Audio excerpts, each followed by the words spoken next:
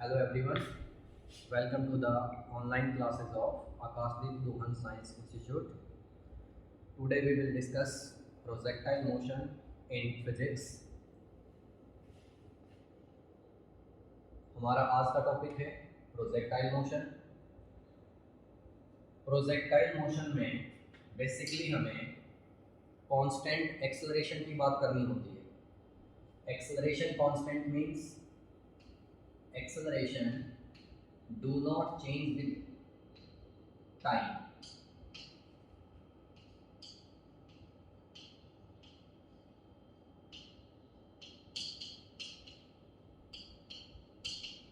Acceleration time के साथ change नहीं होगी। ये एक ऐसा कॉन्सेप्ट है जो कई सारे चैप्टर्स में यूज होता रहता है। इलेक्ट्रोस्टैटिक है, वहाँ पर भी 12th क्लास में है इलेक्ट्रोस्टैटिक, वहाँ पर भी हम कांस्टेंट एक्सेलरेशन की बात करते हैं, तो वहाँ पर भी प्रोजेक्टाइल मोशन लिया जा सकता है। तो प्रोजेक्टाइल मोशन में हमें कांस्टेंट एक्सेलरेशन के बारे में बात करना है। तो जब एक्सेलरेशन अगर कांस्टेंट होती है तो सिर्फ और सिर्फ दो ही टाइप के पाथ पॉसिबल हो सकते हैं किसी ऑब्जेक्ट के, एक तो स्ट्रेट लाइन पाथ और एक होता है पैराबोलिक पाथ। अब कब स्ट्रेट लाइन पाथ होगा, कब पैराबोलिक पाथ होगा, थोड़ा सा उसके बारे में देखते हैं।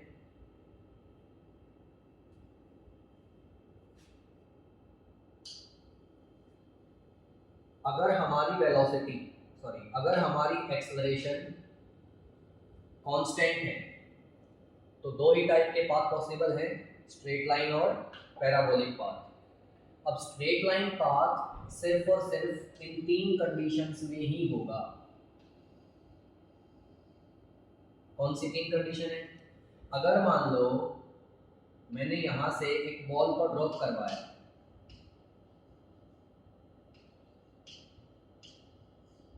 ड्रॉप करने का मतलब इनिशियल वेलोसिटी कितनी है? 0। तो ये ऐसे स्ट्रेट लाइन पाथ फॉलो करके ही नीचे आएगी। बॉल को ड्रॉप करवाने का मतलब जी क्या है? कांस्टेंट है। तो जब ये बॉल नीचे आएगी तो कैसा पाथ फॉलो करके आएगी? Straight line path. तो एक तो हमारा u इक्वल टू 0 में स्ट्रेट लाइन पाथ होगा, दूसरा u पैरेलल टू a हो, मतलब मान लो यहां से हमने एक बॉल को नीचे फेंक दिया with some initial velocity u, acceleration कहाँ होगी? वो भी नीचे होगी। तो u और g आपस में क्या है? पैरेलल है। तो अगर एक्सेलरेशन और वेलोसिटी पैरेलल हो तो भी हमारा पाथ कैसा होगा? Straight line.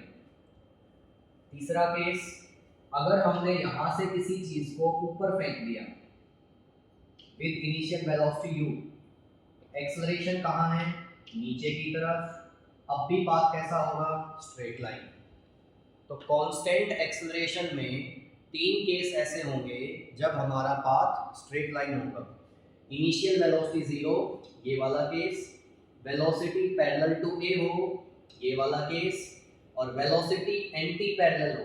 Anti parallel means दोनों के बीच में एंगल 180 डिग्री हो, तो उस केस में भी पाथ कैसा होगा? Straight line.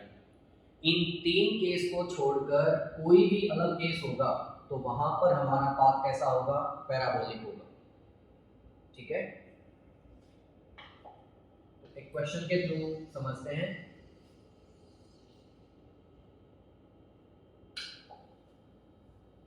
एक एग्जांपल है, इसको एक बार कंसीडर करते हैं कैसे कुछ होता है। ये जेईई में आया हुआ क्वेश्चन ही है।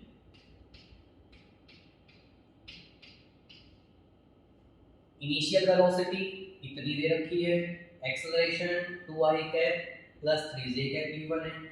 हमसे पूछा है पाथ कैसा होगा पार्टिकल का। तो स्ट्रेट लाइन होगा अगर इन तीनों में से कोई भी कंडीशन सेटिस्फाई हो रही होगी, और अगर इन तीनों में से कुछ नहीं है तो पाथ कैसा होगा? फिर पैराबोलिक पाथ होगा। तो समझते हैं कि इन तीनों में से कुछ है, अगर होगा तो स्ट्रेट लाइन और नहीं होगा तो पैराबोलिक। ये हमारे पास एक वेक्टर है। अगर इनिशियल वेलोसिटी की बात करें तो इनिशियल वेलोसिटी कितनी होगी? Under the root i cap का कोफिशिएंट 1 का स्क्वायर, जे कैप का कोफिशिएंट 1 का स्क्वायर, इनिशियल वेलोसिटी कितनी √2।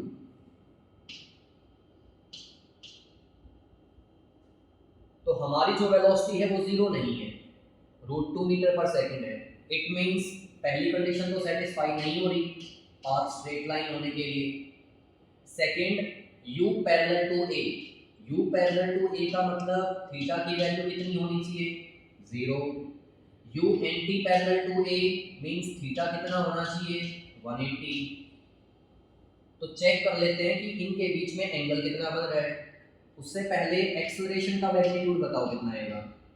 एक्सेलरेशन का मैग्नीट्यूड, किसी वेक्टर का मैग्नीट्यूड कैसे निकालते हैं, under the root i cap के कोफिशिएंट का स्क्वायर 2 है तो 2 का स्क्वायर 4 प्लस जे कैप का कोफिशिएंट 3 है ये 3 का स्क्वायर, 2 का स्क्वायर 4, 3 का स्क्वायर 9। एक्सेलरेशन आ गई √13 मीटर पर सेकंड स्क्वायर। तो इन दोनों के बीच में एंगल चेक कर लो। अगर एंगल 0 आ जाए 180 आ जाए तो स्ट्रेट लाइन होगा, और एंगल कुछ और आएगा तो पैराबोलिक पाथ होगा, है ना। तो दो वेक्टर के बीच में एंगल निकालने का प्रोसीजर क्या होता है, उनकी डॉट प्रोडक्ट करो तो u डॉट a कितना होएगा, magnitude of u magnitude of a into में cos थीटा। यहां से थीटा को कैलकुलेट कर सकते हैं। u डॉट a कितना होगा, u डॉट a, दो वेक्टर की डॉट प्रोडक्ट कैसे करते हैं, आई कैप के कोफिशिएंट को आई कैप के कोफिशिएंट से मल्टीप्लाई करो। आई कैप का कोफिशिएंट 1, आई कैप का कोफिशिएंट 2, 2 इंटू 1 2 हो गया। जे कैप का कोफिशिएंट 1, जे कैप का कोफिशिएंट 3 तो 3 हो गया। मैग्नीट्यूड ऑफ u कितना है √2 है, मैग्नीट्यूड ऑफ a कितना है √13 है, और इनटू में cos थीटा। 2 + 3 5 plus 5 equal to 13 to the √26 और इनटू में cos थीटा। तो यहां से जो cos थीटा की वैल्यू आई 5 डिवाइडेड बाय √26, तो थीटा कितना हो जाएगा, cos इनवर्स 5 डिवाइडेड बाय √26। अब यहां से देख सकते हैं, देखो इनिशियल वेलोसिटी 0 है क्या, फर्स्ट कंडीशन, क्या इनिशियल वेलोसिटी 0 है, नहीं। क्या एंगल 0 आया है, नहीं। क्या एंगल 180 आया है, नहीं। It means path straight line तो नहीं होगा, तो बचा कौन सा, पैराबोलिक। तो दूसरा पाथ कौन सा होगा, पैराबोलिक। स्ट्रेट लाइन हमने देख लिया हो नहीं सकता, इन तीनों में से कोई कंडीशन सेटिस्फाई नहीं हो रही। सर्कल इलिप्स कांस्टेंट एक्सेलरेशन के केस में पाथ ही दो पॉसिबल होते हैं। अगर एक्सेलरेशन कांस्टेंट है तो दो टाइप के ही पाथ पॉसिबल हैं, या तो स्ट्रेट लाइन या सर्कुलर। सर्कुलर पाथ या तो स्ट्रेट लाइन या पैराबोलिक, दो ही टाइप के पाथ पॉसिबल है। तो या तो पाथ स्ट्रेट लाइन होगा या पैराबोला होगा। तो ऑप्शन ये तो हम वैसे ही एलिमिनेट कर सकते हैं कि सर्कल और एलिप्स तो होगा ही नहीं, तो या तो स्ट्रेट लाइन होगा या पैराबोला होगा। अब स्ट्रेट लाइन होने के लिए ये तीन कंडीशन है, इनमें से कोई सेटिस्फाई हो नहीं रही है, क्योंकि ना तो इनिशियल वेलोसिटी 0, इनिशियल वेलोसिटी कुछ है, ना दोनों के बीच में एंगल थीटा 0 है, ना 180 है। तो तीनों में से कोई भी कंडीशन सेटिस्फाई नहीं हो रही। इसका मतलब हमारा आंसर क्या रहेगा, पैराबोला। तो ये हमारा आंसर हो जाएगा, ठीक है।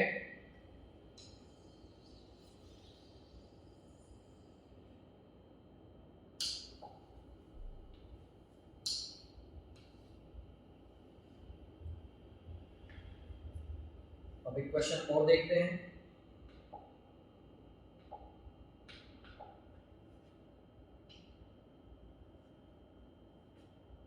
मान लेते हैं एक्सेलरेशन की डायरेक्शन हमें ये दे रखी है, एक पार्टिकल को मैंने फेंका यहां से with some initial velocity u।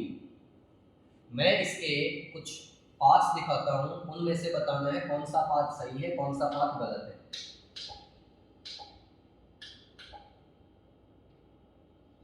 क्या ये वाला पाथ पॉसिबल हो सकता है? क्या ये वाला पाथ पॉसिबल हो सकता है?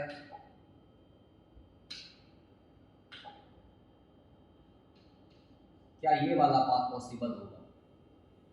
3 पाथ हैं, 1 2 3। ये बताना है तीनों में से कौन सा पाथ पॉसिबल होगा। यहां से u वेलोसिटी से ऐसे फेंका है हमने, तो ऑब्वियसली फर्स्ट वाला तो गलत दिख ही रहा है। ऐसे फेंका है तो ऊपर तो थोड़ी ना जाएगा पार्टिकल। सेकंड और थर्ड में से सेकंड वाला हमारा सही आंसर है। क्यों है? हमेशा जो डायरेक्शन ऑफ वेलोसिटी होती है वो एक्सेलरेशन की डायरेक्शन को अटेन करने की कोशिश करती है। Direction of velocity always tries to attain the direction of acceleration. Important line है,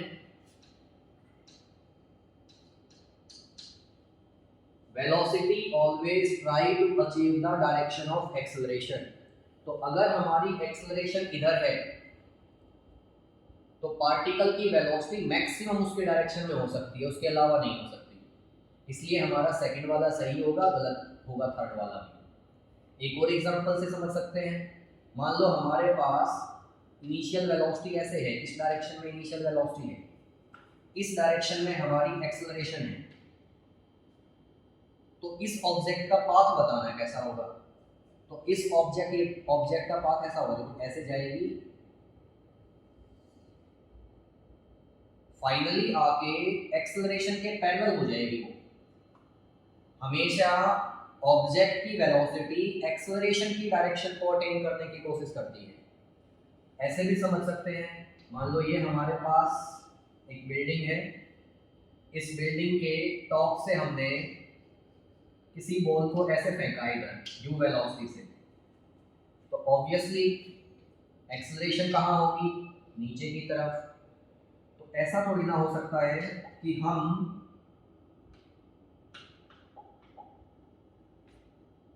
एट्थ फ्लोर से किसी बॉल को फेंकें और वो 5th फ्लोर में आके घुस जाए, ये तो पॉसिबल ही नहीं है। तो इसका पाथ जो होगा ऐसा होगा। मैक्सिमम हो सकता है कि वो एक्सेलरेशन की डायरेक्शन में हो जाए। ये भी इंपॉर्टेंट पॉइंट लिखा हुआ है, velocity can not cross the direction of acceleration. देखो एक्सेलरेशन नीचे है, उसको क्रॉस करके इधर तो ऑब्जेक्ट कभी आ ही नहीं सकती, ठीक है। तो यहां से 2-3 बातें सीखने की है कि डायरेक्शन ऑफ वेलोसिटी हमेशा क्या होती है? एक्सेलरेशन की डायरेक्शन को अटेन करने की कोशिश करती है, और मैक्सिमम एक्सेलरेशन की डायरेक्शन में हो सकती है, मतलब उसके पैरेलल हो सकती है, उसको क्रॉस करके नहीं जा सकती इस तरफ, ठीक है।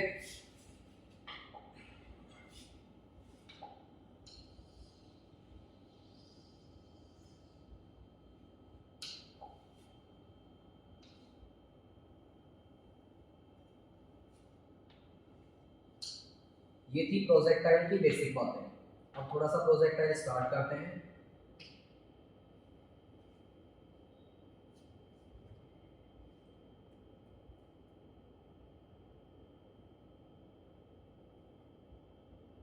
इससे पहले कंडीशंस ऑफ प्रोजेक्टाइल मोशन देखते हैं कि प्रोजेक्टाइल मोशन कब कब हो सकती है। कब कब हो सकती है? पहली चीज तो पॉइंट मास होना चाहिए। प्रोजेक्टाइल मोशन के लिए पॉइंट मास का होना कंपलसरी है। पॉइंट मास का मतलब साइड में लिखा हुआ है, जो ऑब्जेक्ट डिस्टेंस ट्रेवल करती है उस डिस्टेंस के कंपैरिजन में ऑब्जेक्ट का साइज छोटा होना चाहिए। Second, object must be thrown with some initial velocity.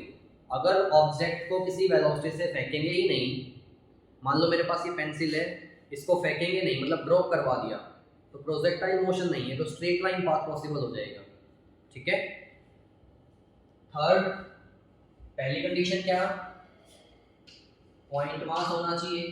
Second condition, object को किसी पर्टिकुलर वेलोसिटी से फेंकना पड़ेगा।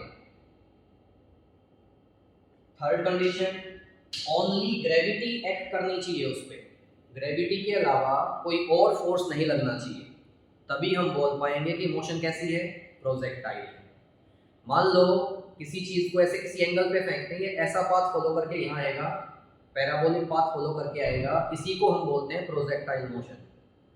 मान लो एक एरोप्लेन है, यहाँ से उड़ा, ये एरोप्लेन ऐसे जाएगा जाएगा जाएगा और यहाँ आ गया, पैराबोलिक पाथ तो ये भी फॉलो कर सकता है, पर इस पैराबोलिक पाथ में ओनली ग्रेविटी एक्ट नहीं कर रही है, इसमें और कौन एक्ट कर रहा है, साथ में एरोप्लेन के फ्यूल का भी रोल आ रहा है। तो प्रोजेक्टाइल मोशन होने के लिए कंपलसरी है कि सिर्फ और सिर्फ ग्रेविटी का रोल रहना चाहिए, उसके अलावा किसी और चीज़ का रोल नहीं होगा, कॉन्टिन्यूस उस पर फोर्स नहीं लगना चाहिए, फ्यूल वगैरह का कोई रोल नहीं होना चाहिए, है ना। फोर्थ, किसी भी पॉइंट पर वेलोसिटी जीरो नहीं हो सकती। प्रोजेक्टाइल मोशन में पूरी पाथ में, पूरी जर्नी में कहीं पर भी वेलोसिटी जीरो नहीं होगी, हाईएस्ट पॉइंट पर भी वेलोसिटी जीरो नहीं होती है, अभी समझेंगे कैसे। और फिफ्थ पॉइंट, पाथ 2D होना चाहिए और पैराबोलिक होना चाहिए। ये 5 कंडीशंस हैं प्रोजेक्टाइल मोशन के होने के लिए।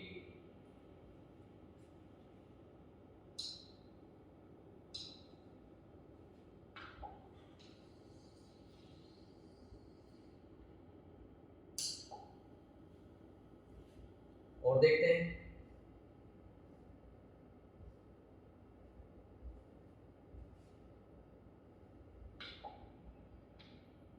मान लेते हैं यहां से एक ऑब्जेक्ट को फेंका, ऐसा पाथ फॉलो करके वो यहां आके गिरी, ऐसे इसको फेंका with some initial velocity u,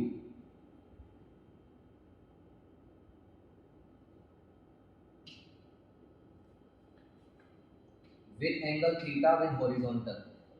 तो इसके दो कंपोनेंट लेंगे, एक कंपोनेंट x डायरेक्शन में जिसके साथ एंगल होता है वहां cos कंपोनेंट आता है, तो ये वाला कंपोनेंट u cos थीटा, जिसको हम बार बार u cos थीटा ना लिख के ux से लिख लेंगे, x डायरेक्शन में कंपोनेंट है इसलिए ux बोल दिया। y डायरेक्शन में इसका कंपोनेंट जिसके साथ एंगल नहीं होता है वहां cos कंपोनेंट आता है, तो ये हो जाएगा u cos theta, y direction में कंपोनेंट, इसलिए इसको हमने uy बोल दिया। अब हॉरिजॉन्टल डायरेक्शन में एक्सेलरेशन कितनी है, अभी डिस्कस किया कि ग्रेविटी के अंडर में होती है प्रोजेक्टाइल मोशन सिर्फ, और ग्रेविटी हमेशा वर्टिकल डायरेक्शन में लगती है, तो एक्सेलरेशन सिर्फ वर्टिकल होगी, तो हॉरिजॉन्टल डायरेक्शन में एक्सेलरेशन कितनी होगी, 0। हॉरिजॉन्टल डायरेक्शन में एक्सेलरेशन 0 का मीनिंग क्या है कि हॉरिजॉन्टल एक्सेलरेशन क्या होता है, जो वेलोसिटी को चेंज करे। अगर हॉरिजॉन्टल डायरेक्शन में एक्सेलरेशन है ही नहीं तो हॉरिजॉन्टल डायरेक्शन में वेलोसिटी में चेंज भी होगा ही नहीं, हॉरिजॉन्टल वाली वेलोसिटी हर पॉइंट पर सेम रहेगी।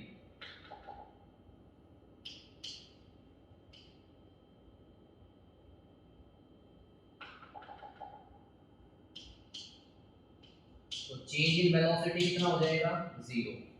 अगर वेलोसिटी में चेंज नहीं होगा इसका मतलब हॉरिजॉन्टल ओनली, क्योंकि हॉरिजॉन्टल डायरेक्शन में एक्सेलरेशन नहीं है तो हॉरिजॉन्टल में वेलोसिटी चेंज नहीं होगी। तो इस पॉइंट पर बात करें, इस पॉइंट पर वेलोसिटी कितनी है, हॉरिजॉन्टल वाली तो रहेगी ही रहेगी, कितनी होती है, u cos थीटा। इस पॉइंट पर चेक करें, यहाँ पर हॉरिजॉन्टल में कितनी वेलोसिटी होगी, यहाँ पर भी u cos थीटा होगी। पूरी जर्नी में, पूरे प्रोजेक्टाइल में कहीं पर भी चेक कर लें, इनिशियल वेलोसिटी हमेशा कितनी रहेगी, u cos थीटा, उसमें कोई चेंज नहीं आएगा क्योंकि हॉरिजॉन्टल में एक्सेलरेशन 0 है। वर्टिकल में एक्सेलरेशन है, इसका मतलब वर्टिकल में चेंज आएगा। कितना चेंज आएगा, यहाँ कुछ वर्टिकल में वेलोसिटी है, कितनी वेलोसिटी है यहाँ पे, u cos थीटा, ये वाली वेलोसिटी ऑब्जेक्ट को ऊपर लेके जा रही है और हॉरिजॉन्टल वाली वेलोसिटी इसको आगे लेके जा रही है। तो इस पॉइंट पर मैक्सिमम हाइट पर, मान लो मैंने एक ऑब्जेक्ट को यहां से ऊपर फेंका u वेलोसिटी से, मैक्सिमम हाइट पे जाके वेलोसिटी कितनी हो जाएगी 0। तो यहां पर भी मैक्सिमम हाइट पर जाके वेलोसिटी कितनी हो जाएगी 0। पर मैं फिर कह रहा हूं वेलोसिटी 0 वर्टिकल वाली होगी, हॉरिजॉन्टल वाली रहेगी। वर्टिकल वेलोसिटी 0 हो जाएगी सिर्फ, पर हॉरिजॉन्टल फिर भी रहेगी। ठीक है, इसी से आगे अगली क्लास में कंटिन्यू करते हैं। आज के लिए इतना ही।